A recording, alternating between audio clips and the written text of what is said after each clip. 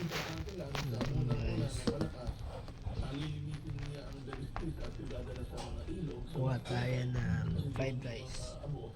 At kailangan lang nila tirasan ang mga ilog para Nasaan natin guys. Wala sa mga binakis ko. Kuha tayo ng fried rice guys. Yan. lalo na kung umuulan kapag sila ay malapit sa ilog.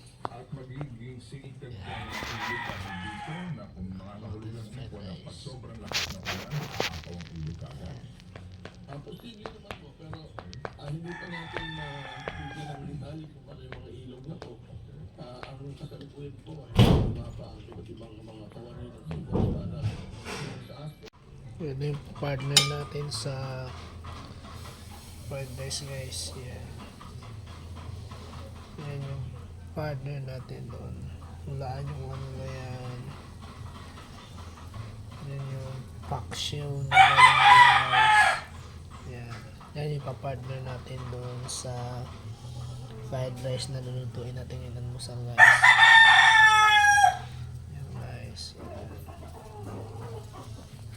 Bukulo na guys.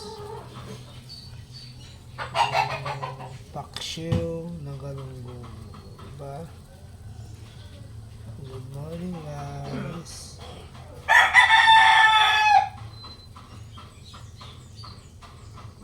Yes,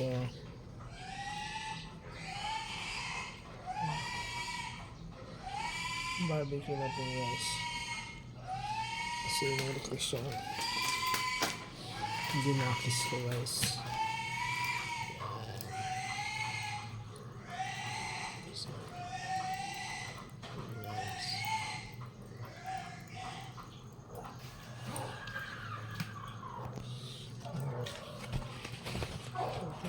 Pay lang guys.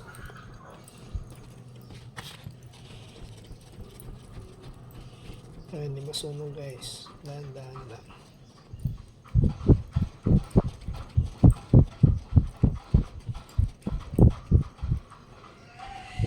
Request kasi yung anak kong pangalan. Sakto na may sobra pa. Hindi, lutuan na lang guys. So, have a good night. Yan, niluluto ko na guys. Yan, yung atay natin barbecue. Yan.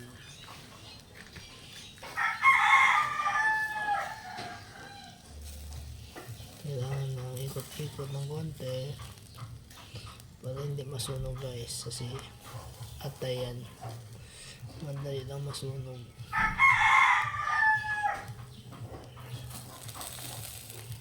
Ayan, lipat-lipat lang nyo guys na lugar para maluto siya guys. Umuusok siya guys. So,